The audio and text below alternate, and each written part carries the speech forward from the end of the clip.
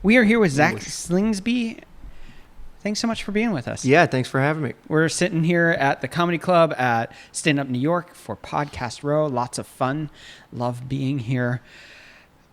All right, we're going to be talking about video today. We're going to be talking about storytelling today. We're going to be talking about crafting narrative and much, much more. Before we do that, how in the world did you go from being a writer to starting Human Factor Media and what you're doing now? Sure, yeah.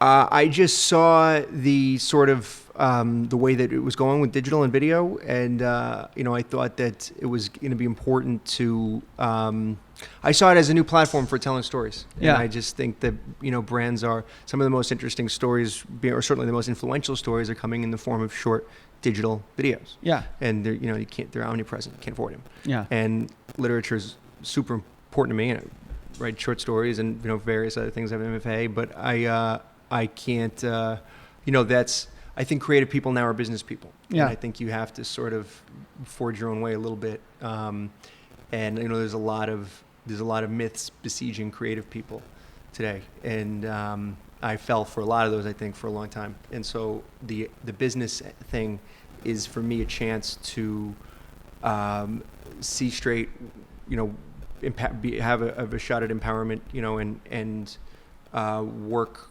towards a creative goal that I can control the outcome of. Okay.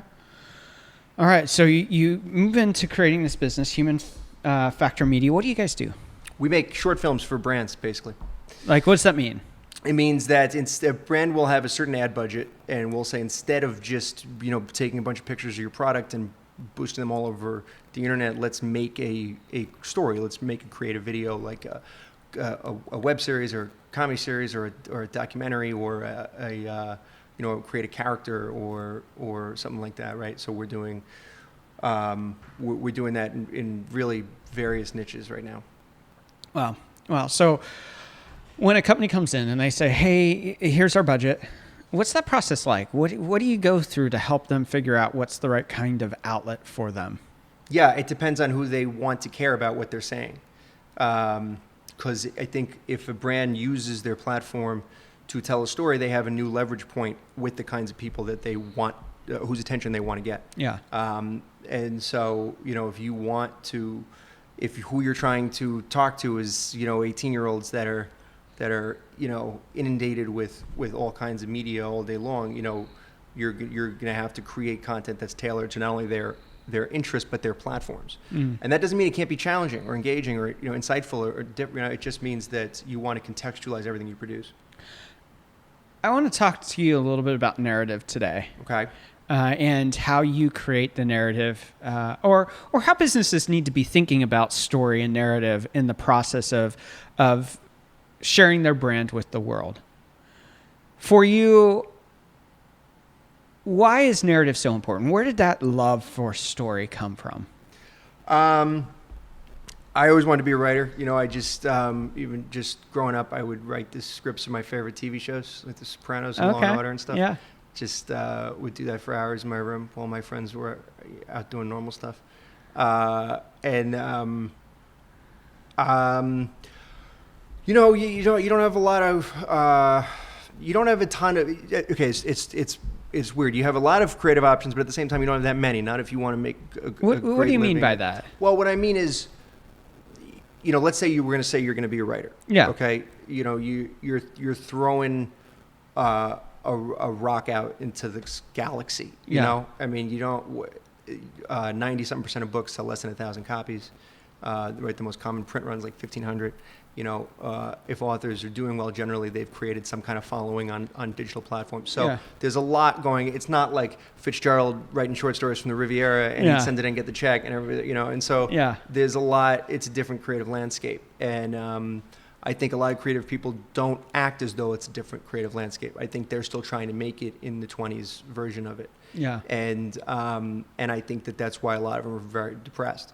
And I've seen that in a lot of my peers. Yeah. And I think that there's another route, which is that the emergence of all these digital channels has created a sort of two-sided market that's slowly becoming more realized, which is that artistic type people are more are can be suited to brands in need of attention. You see that merger, I think, happening a lot.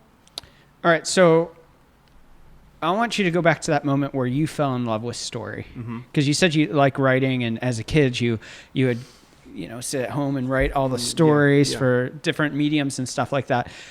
Can you track it down to a spark moment? Like, was there a moment where you're just like, this has got my attention?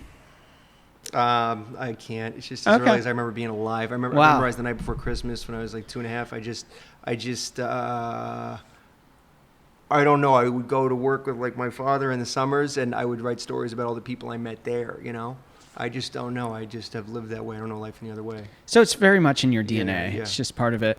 And I write every morning. I don't want it to sound like I'm down on writing or giving up on writing. I write all the time. I just think that there are many ways to attack the problem of having, a narrative bug. Yeah. And whether you're a comic or a script writer, you literally have to sit down and contemplate and usually script out what you're saying. And I mean, narrative has to be important to you and what you do, right? And these things. I mean, story. I would consider, right? That's storytelling is so much of how you conceive of it, right? Massively important. Yeah. We love bringing on guests who are focused on story. It's one of our passions. And I look at things like the Moth TV, or not Moth Radio TV, Hour.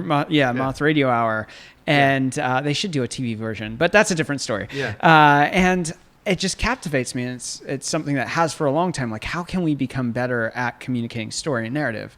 And we'll talk about that in the second segment. I want you to maybe tell us how you can spot a good story, because there's a lot of stories told. And not all those stories are good stories. And by good, I don't mean like happy-go-lucky stories. I mean like well-crafted. And you work specifically in the digital marketing space with what you're building with the videos and stories, whether it's documentary form, whether it's a short or whatever that is. And there are a lot of brands putting out content out there, and it just doesn't resonate. It just kind of falls flat. So most, yeah. $20-something billion will be wasted in skipped ads over a 5-year period. Yeah. So how do you create that narrative, that story that captivates people to bring in? Like, what makes that good and strong? Question. I don't know that I am we're building this, and it's been great, and we've had a lot of early success. But I wouldn't want to pass myself off as an oracle, or anything. But I'll answer your question the best I can. I think good writing, you just can't see through it. You're immersed. Okay. You can't. There's no moment of transparency where you think, I know what they want me to feel here. Yeah. You're just in it. You're just involved. Yeah. You're seeing yourself in the story. Yeah, it's immersive. Yeah. All right, you've been working in this space now for a little while, and you're creating this company to do it. A company comes in, let's say Joe's Laundromat, says we want to run ads, right? And you go, well, there's more of a story here. How do you sit down with the client and actually figure out what they need to tell? Okay, so Joe's laundromat is one laundromat of one per square block in the city, let's say, right? Yeah. So I mean, a young business is going to do. We know what they're going to do. They're going to do the same things. They're going to run SEO, right? They all have the same tricks. They're going to do whatever. They're maybe going to get a billboard if they can afford it. They're going to run some Facebook or Google ads. Some Facebook, Google ads, some display ads, whatever. So the differentiating factor is is the story you can tell. It's the all we really have. Yeah. And in the decibel level that things have gotten to. Where, like I said, the waste of ad dollars is so intense, and the skip rate of YouTube pre-roll is 95%. Wow! Right, as soon as we can, as soon as the 1 second is up, you're angry. That's why they're not allowing people to skip anymore as much. So right, they're pissed, and they don't know what they have to answer to somebody who's saying, "I'm paying you, why aren't I getting?" Anyway, so Joe, I would say, what's your human factor? What's your thing? What's your sort of ability to resonate with someone in a way that's going to just change their day a little bit or stand out in a newsfeed? The cynics in the digital business would call it pattern interruption, but I would say that it's about a meme moment or something that is a connection, a resonating connection that you knew it, but you didn't articulate it before, or it's true to your life, and so it stops you, and you say, I know someone else that would think that's also true or funny or insightful, and so you share it and you pass it on. And so to create a moment like that just changes you're not bothering people anymore. It's called interruption marketing, right? Yeah. You're not interrupting anymore. Yeah. You're not trying to crowbar in your message. You're trying to invite someone into your story. So let's say Joe's laundromat's been around for 200 years. Just make up a number. Okay. And they've been doing awesome in New York City. Yeah. What kind of approach would you take to tell that story? Well, wide brand recognition is double-edged because everyone knows you, right? And Yeah. So so that's good and bad. But well, you mean with respect to involving the historicity of the business and capitalizing on that, or you Maybe or maybe not. Yeah.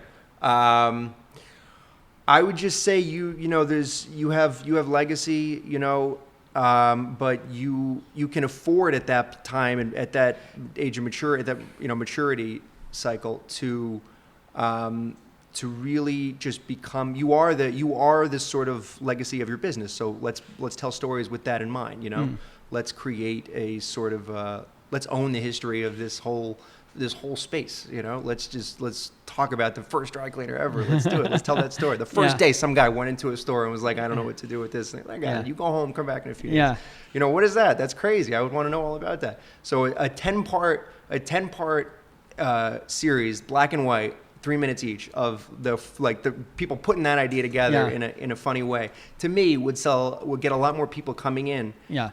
Look at the novelty value of the bar that Cheers was based on, or How I Met Your Mother. Yeah. Or Sonoma. Yeah. Right. So that Napa Valley and Sonoma, it was always had its niche appeal. Yeah. But it skyrocketed its popularity after Sideways with Paul Giamatti.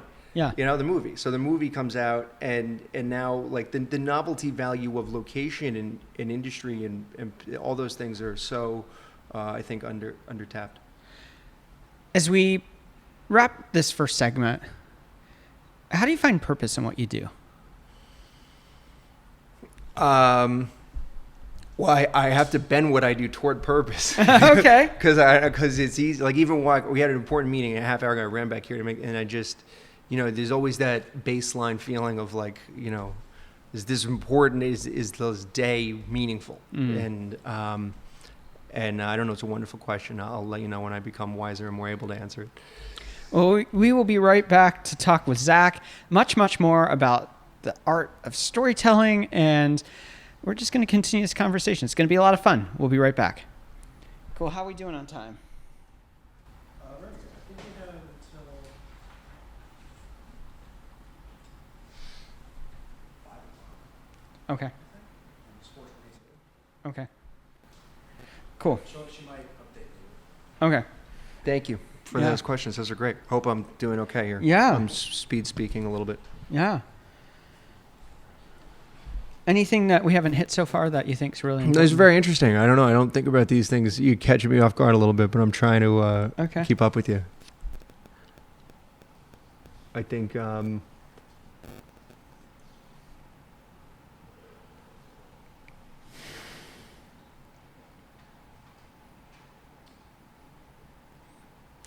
the habits of brands, just the kind of gut reflex of brands to make stuff that nobody wants to watch is a pretty widespread industry problem. I don't know if that's something you want to discuss or not. But Yeah.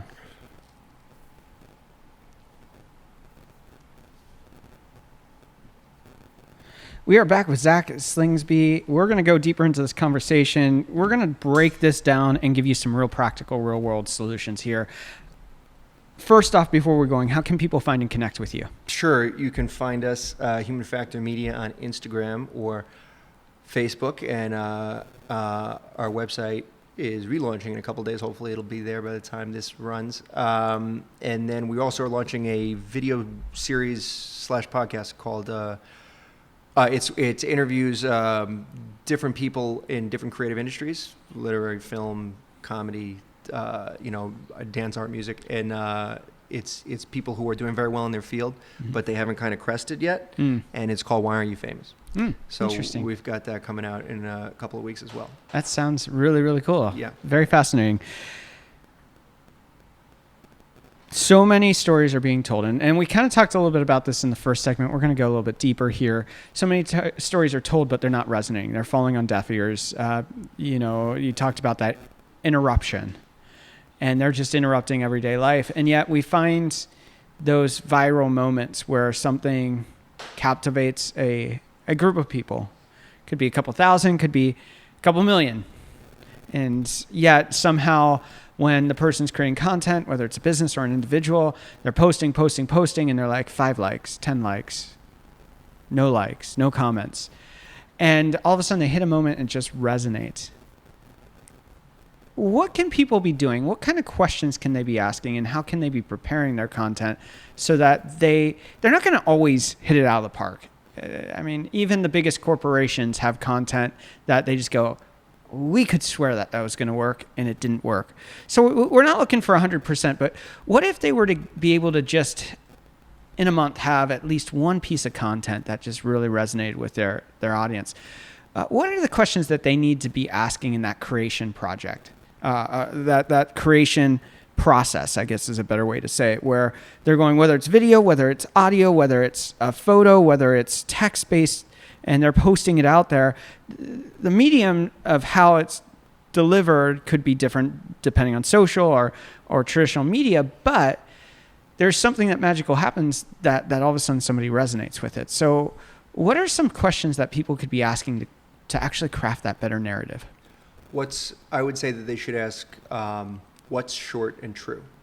Okay. What's short and true and relevant? A third factor there could be relevant to what I'm trying to do. Okay. But I think short and true are time-tested principles on the digital age. I think that I really believe this, and I know that not everyone agrees here, but some of the best, not all of it, but some of the best performing content on these channels is the modern version of an insight that you would find buried in a Dickens novel 100 years ago. And so you would have, you'd have to work for it. You'd have to go through the chapters and then you'd stop in the middle of a paragraph and he'd have a sentence that very precisely defined some truth about your time. Yeah. So how do you... and that's just been extracted. That's Yeah. been extracted, slapped on a meme and thrown on your note, and so you see that moment when phenomenon, that's purely literary phenomenon. Okay. So kind of looking at that, so what you're saying is that you cut the fat from it and you just leave what's remaining. Yeah. Sort of. It's kind of depressing, but it's also interesting, that's still what we value. Okay. Yeah. Yeah. I know that for me, I'm constantly watching the kind of guests that resonate with our audience. Yeah. I'm constantly watching for the kind of posts, maybe it's a quote or a fact or a tip or something like that resonates. And I've worked in the tech space for a long time, but it still surprises me on the things that I'm like, I didn't see that really taking off and having legs like it did. We're talking a little bit about the creation process, but what are some things I can be doing to better understand the things that I am doing? First, I'd say peel, just as a very practical tip, peel off a portion of your creation or production budget for distribution, just because the way these things are rigged now. So like you want something, promoting, you gotta have something in the tank there. Yeah, just something, because I believe, not have to be a lot, but I believe you could put Casablanca on YouTube tomorrow. It might just stay undiscovered. Like it's just so the deluge is getting to such an intense place. But more to your point, I don't think you can control the performance of anything. I think it's mysterious, definitely, but I think that you can set optimal conditions. Yeah. I think you can set the best conditions for something to spark. And I also would just take a little issue, and you kind of unpacked this already, with the definition of virality, which is, like Seth Godin says, the smallest viable audience. Yeah. I really like that. I really like the smallest viable, because it's, 1,000 people. If I get to work and someone on our team is like, this thing hit 1,000 people, I'm like, I spoke to 2 people so far, like today. That's amazing. You know what I mean? Like, that's amazing. So I get excited about that. And I think if it's the right 1,000 people, which is where a lot of the analytics come in and the digital side of what we do comes in, I think then that's masterful. You just need once a week for your career, and you're probably doing pretty good. Yeah. The right message with the right people at the right moment. Yeah. Well, and I think that's an interesting thing, because we, in the influence space and in the space of content creation, we're looking for vast seas of people. Yes. We want to capture the attention of millions and millions of people. And I think that if you look at traditional television, the same thing's going on there, where they're just going, hey, we have 500, 700 channels of content being created on traditional outlets. And then we've got outlets on Netflix or Amazon or wherever else people listen or watch their shows. And there is an oversaturation of content, which is really, really hard because there's good content that's not being seen or heard. There is good content that's being overlooked for content that's subpar. And it's really sad. So we hear this all the time in the space: niche down, niche down, niche down. And I get that to an extent. How can people really set realistic goals on the campaigns they're running? Clear definition of a win Okay. up front. But why do you I'm just curious. I haven't really thought through this deeply enough. But why do you lament that there are more creators and smaller audiences? To me, that just spells a lot of opportunity. I think for me, the thing that I'm saddened by is the quality of content. Well, that's fair. And what rises to the top sometimes isn't That's the quality. Sometimes it's because of position. You know, you could have a great actor that comes in and launches a podcast and they have immediate notoriety because they're a celebrity.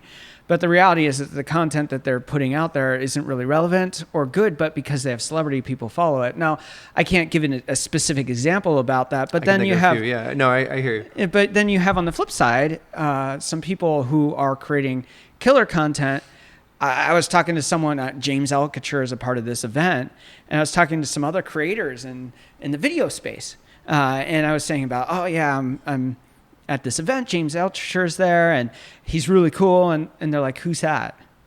You know, so That's the thing. I know I was going to make that point next. Yeah. It's crazy. I had a who's that moment with it because I was bragging because I got to talk to him. Yeah. And my friend's like, who? And I was like, come on, you know. Yeah. But growing up, you know, like everybody had, you know, like, what are you going to watch tonight? Either ER, Friends, or NYPD Blue. You know, Yeah. everybody know. Now, I don't know what I don't even know what they tell me their favorite shows. I've never heard of them. Yeah. So it's interesting, but as someone who's, I guess, maybe selfishly, you know, preoccupied with the supply side, I'm not disheartened by the epidemic. And I think that the problem for me lies in the cost of production is that you come to a point of oversaturation where you can't get quality content created. So if you have all the networks coming in and they are all of a sudden, instead of being at like a 7.5 metric for a million, they're down at like sub 100,000. And now all of a sudden their medium is no longer sustainable. And so the quality is then going to suffer, or they're going to figure out other ways to fill that content. Maybe, yeah, probably. I mean, if you think of the gatekeeper of the network as the quality filter, Right. you know, I don't know if that's a given. Maybe, but Right. they put a lot of bad stuff out too. Well, and you look at you it know, like, let's go one step further. Yeah. In a delivery method, Netflix upside down Right. in cash flow. Right. They're so in the red. Right. They're not doing well financially. And people overlook at it and they go, well, they're, you know, valued at Household name. And and all this kind of stuff, and they're great, and they're taking my membership and or my subscription fee, and everything's good, and they're creating this good content, but they're creating a lot of good content with a deficit. They're not being profitable. So at what point does that medium become no longer viable?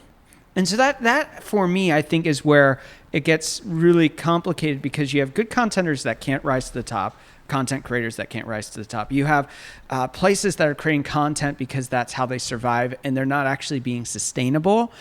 I think, in my view, this is going to be the next big tech bubble that bursts, and things fall apart. You know, can Disney Plus sustain when there's a Netflix and Apple TV with their new subscription? At some point, it's not sustainable. And so for me, that's the sad place of like so much content. At some point, it's not sustainable to create at the level we are. At the same time, though, and I don't think I'm as well versed in this as you are, but I'll take a shot. So as at the same time, you're stripping out a whole industry of people taking, you know, massive percentages of all of these deals and leaving that money on the table for just strictly the creators, the creation, and the distribution. So there's a lot of you know, whatever you want to call it, rebar being stripped out. But what do you think? Do you think there's going to be another Mad Men, another Game of Thrones, or is it just done? Are we all just because if there can be another one of those, to me that gives me faith that there'll be a cream rises to the top moment. Well, I think that there are. It's just a matter of. I mean, in the sense of it being a culture conversation of everybody's watching the same show on the same night at the same time. Well, I think that with the saturation level, I think it becomes like. Game of Thrones might have been the last one. Well, I don't even think Game of Thrones was actually culturally as relevant as people make it out to be. But it was something where on Twitter or whatever you wanted it, whatever snapshot you took, everybody was doing that one thing at the same time. I talk to a lot of people that I know. Yeah. None of them watch Game of Thrones. Yeah. And so I think that there's a media push to promote it. I think that there are a lot of people to watch it. I think I'm not like discrediting what's going on there, but I think on the flip side, I think it was actually bloated on actual impact it's having at culture. I know a lot of people that simply just went, I'm not in. I'm checking out. I don't want to be a part of this.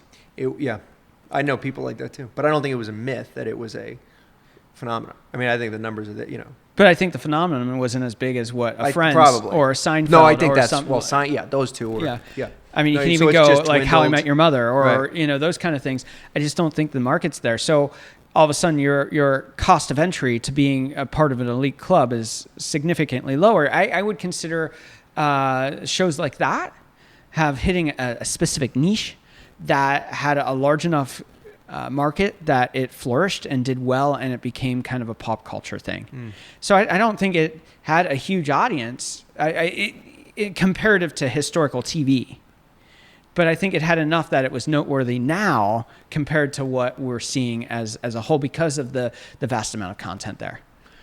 So you kind of think, just to try to summarize it, you think that we're in this post group watch kind of day moment, and that like the days of like Breaking Bad finale, Sopranos finale, everybody that's gone, and there's so much, and this is probably ultimately a bad thing.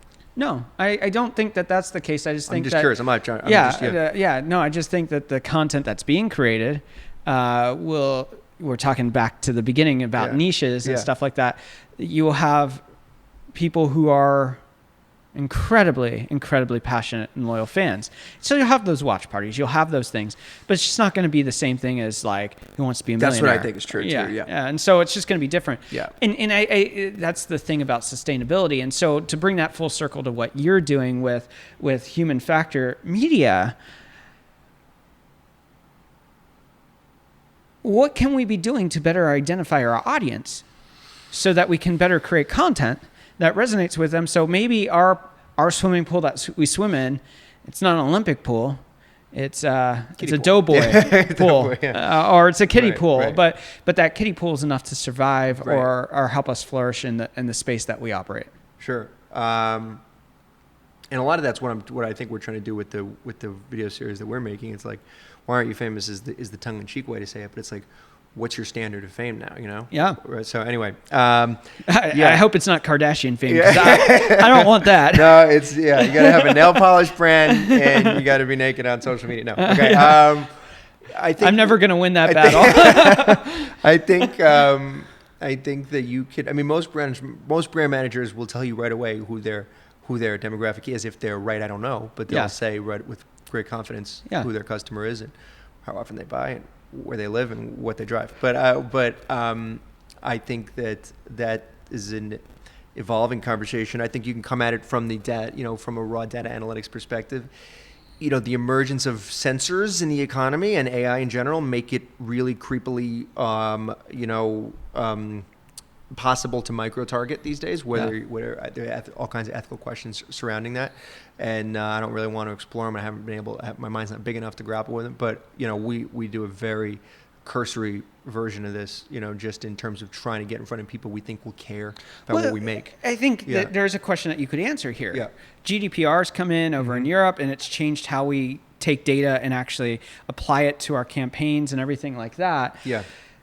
If that were to come to America, which I don't think we're in threat right now, but it changes the marketing game completely on how we target, because we're going to go target blindly to an extent, because you're not going to be able to... Look, we're all playing by the same rules, so I'm fine. Like, that's, in some ways, that's great for me. I feel that I have to have this digital component to the business because it's just expected. It's the baseline standard. Yeah. And so, but I'm fine to play by the same rules everyone. Look, if the great equalizer, is the quality of your brand presence, that's great news for liberal arts majors. Yeah.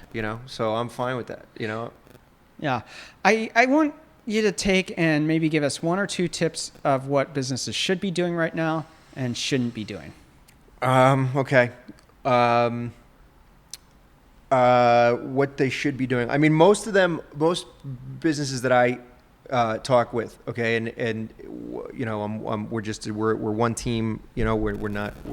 This is a very manageable sample size, but we'll say that I think that there's always a little bit of shame about their brand presence already, because I think that they'll say, you have a website, did you see it? And they're a little, we post on Facebook. I don't know if and so they're not thrilled with what they're doing. Yeah. And usually it's because any sort of bureaucratic structure has to start playing it safe at some point, because when enough opinions are in a room, it'll probably trend toward the safest option.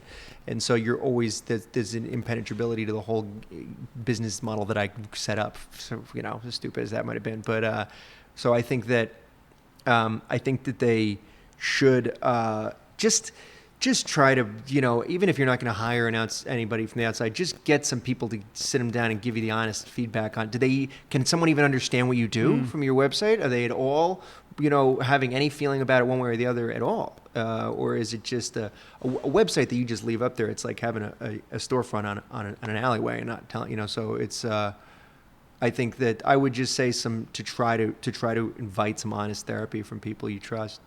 And don't do, is that what you was the second part of that? Don't just give 20% off. Don't just do the tricks and the short-term fear tactics. It's exhausting. We have banner blindness. We're tired of it, and we see through it. And it appeals to just the part of your brain that does not make decisions. It appeals to, I'm going to probably get it backwards. I think that's your neocortex, right, which is rational and okay, there's an opportunity here. And then that part of your brain is underdeveloped compared to your limbic brain, and your limbic brain feels something.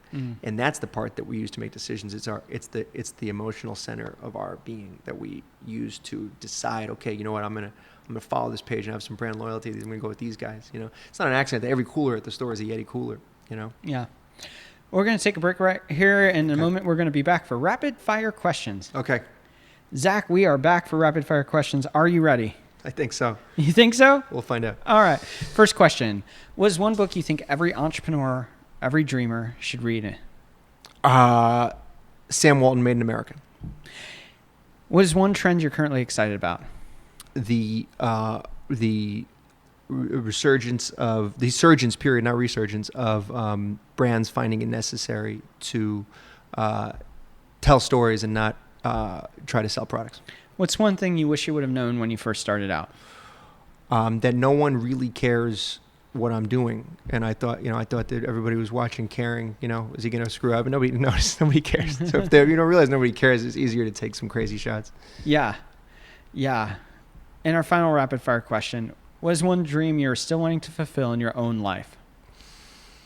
I still want to. I'm taking steps toward it, but I just want to make sure that I'm waking up every day, living as creatively as possible, and trying to explore truth in the process.